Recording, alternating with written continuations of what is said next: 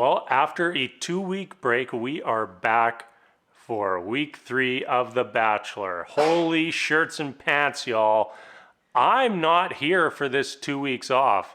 Like, who watching this video right now actually watched the NFL game last Monday? Who here watched and can even name me the two teams? I'll even tell you the quarterbacks. It was Matthew Stafford versus Kyler Murray. Does that help any of you? No, I don't think so. We have two very different demographics for these shows, and I'm probably the only person involved in this video that actually are interested in the two different topics. So I don't like them taking that week off. Doesn't make any sense to me. And really, I feel like this season lost a lot of momentum by taking that week off so early in the season. Like, if anything, why not just wait to have the premiere this week if that's such a big deal? I really dislike that, and I feel like I came into this episode and I'm looking at the screen and I'm thinking, who are these people? Like, I don't remember any names. Like, which one of these people is Clayton? I have no clue. Like, I guess he's one of the two tall white guys with the nice hairdo.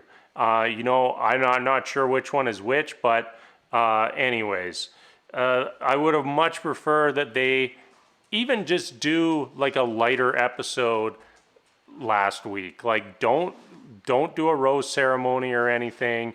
Just have like one or two drawn out dates, and that's it. Like, even if that's it, just to keep us going, like there's enough drama they can edit in another episode for sure.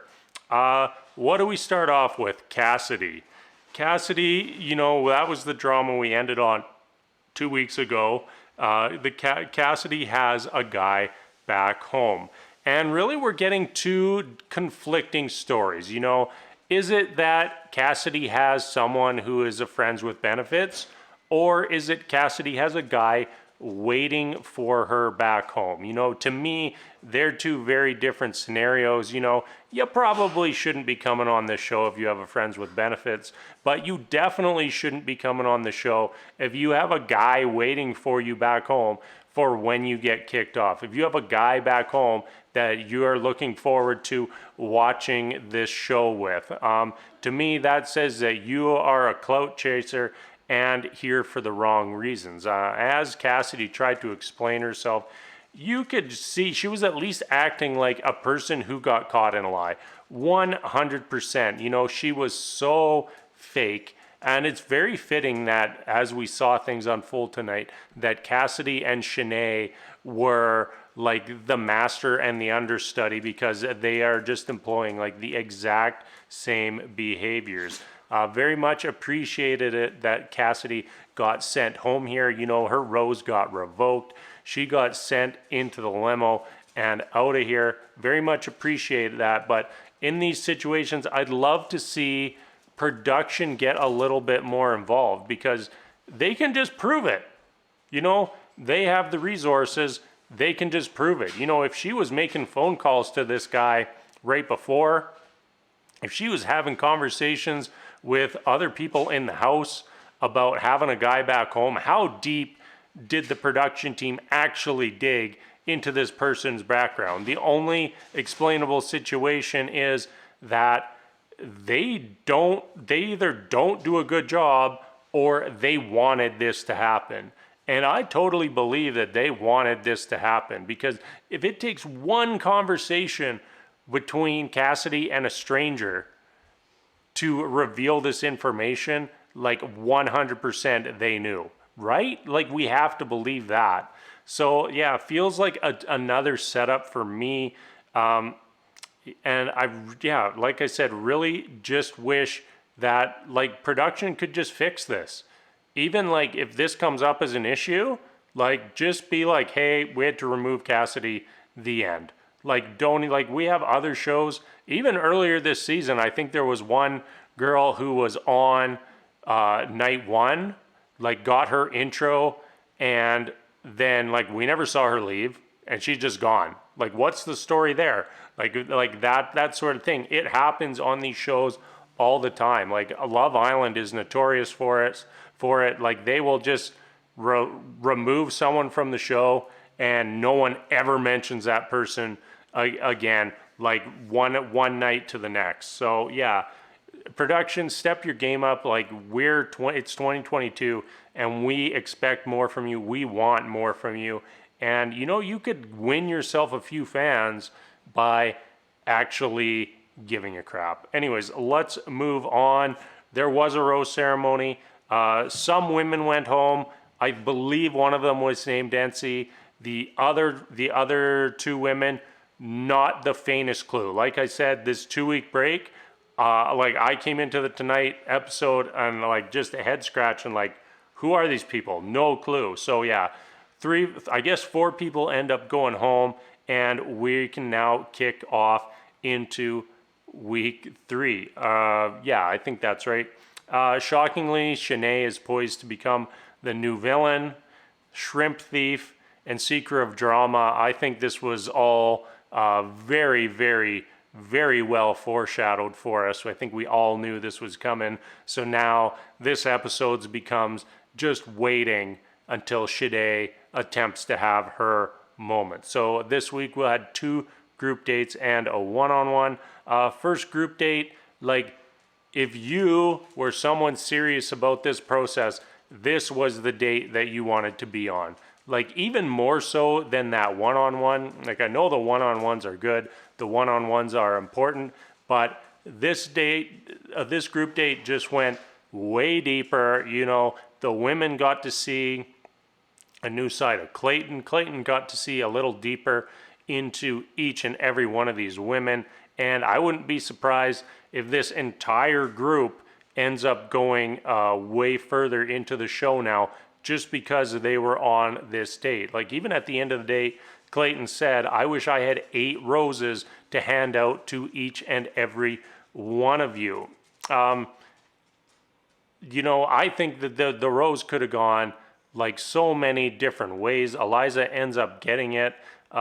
Susie, I think, had good time. Genevieve had a good moment when they were in the group setting, sharing about things that, not really that like that they didn't like about themselves, but of that nature.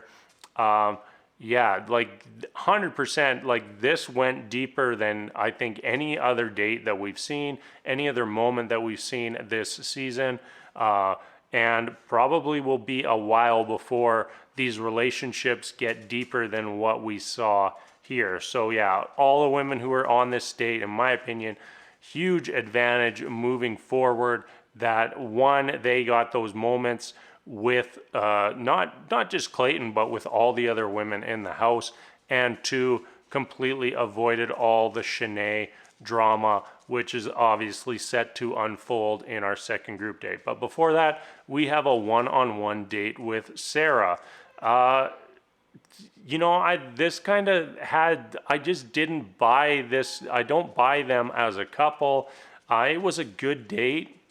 The 2 of them in their matching underwear running around in downtown LA on a 3-part scavenger hunt. Like, I don't really know if that's what I would describe as a scavenger hunt.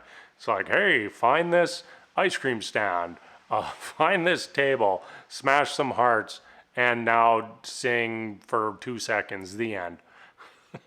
It felt a little silly to me. Like, I don't know if there was more than one clue involved, but yeah.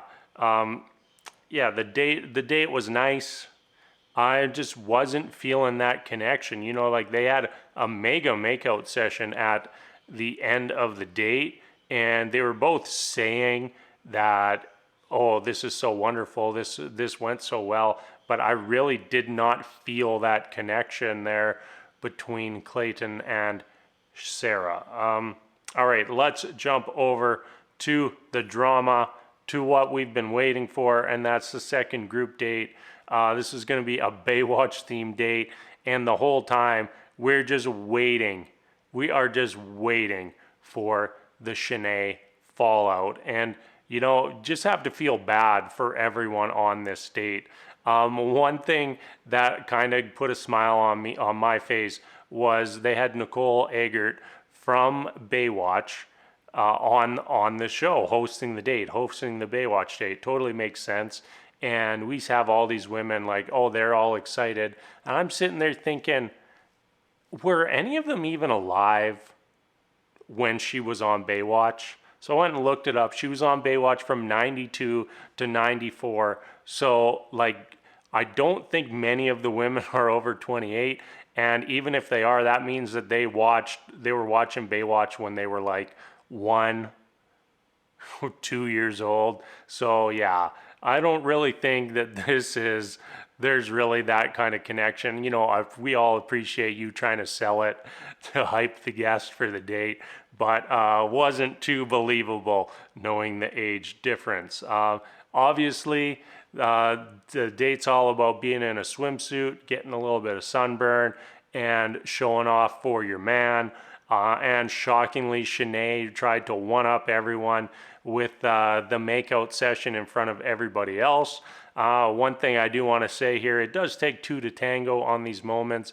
And, you know, while Clayton wasn't making out with anyone else, he did participate in that makeout session with Shanae. Gabby ends up being the star of the date. You know, she wins the extra time with Clayton. And like when I was watching the date, I kept saying, like, who is that? Who is that? Who is that who's making those funny moments and making everybody laugh? And it turns out it was Gabby, and something that Clayton very much appreciated. Yeah, so Gabby, we'll just get the Gabby stuff out of the way. You know, she was fun on this date all the way through. She ends up getting the rose, but that's not what we all want to talk about, and that is the Shanae drama. Apparently, Shanae has been getting bullied in the house. You know, if you don't remember, Shanae and Elizabeth had a little bit of a disagreement that ended in Shanae belittling and, dare I say, bullying Elizabeth over her ADHD. And now she's trying to twist that back onto Elizabeth to make her look bad to Clayton. And you know what? In my opinion, she was successful. She got exactly what she wanted. Shanae got her little moment, and we could see by the diary cams that it was 100% fake, not authentic and real. And that is exactly who she has sold herself as a person all season long. You know, I like that basically when called out on it, Shanae couldn't even come up with one example of her being bullied. She couldn't come up with one thing to say. You know, all her closest was, well, when Elizabeth's around, nobody talks to me. And when Elizabeth is not around, people talk to me. And, you know, maybe that's true. Maybe it's not. All the women seemed a little bit miffed by the words that were coming out of Shanae's mouth, and we're definitely getting set up for some form of 2-on-1 between Elizabeth and Shanae next week. I think that's going to be it for tonight. Nice to be getting back into it, but like I said, like having a 2-week break in the middle just doesn't do it for me. Like, are we going to take 2-3 weeks off when Olympics hit in February? You know, if one sporting event can derail this, what is a sporting event that only happens once in every 4 years going to do to the show? I really hope not. Just air the damn show. Give us something each and every week. If you, like I said, if you gotta kind of do a little bit of a filler episode, so be it. You know, put the 2 lighter dates on last week's episode and just come in full force with all the Shanae and Elizabeth drama for this week. Yeah, that's going to be it for us this week. As always, thank you so much for watching, and until next time, we'll see you later.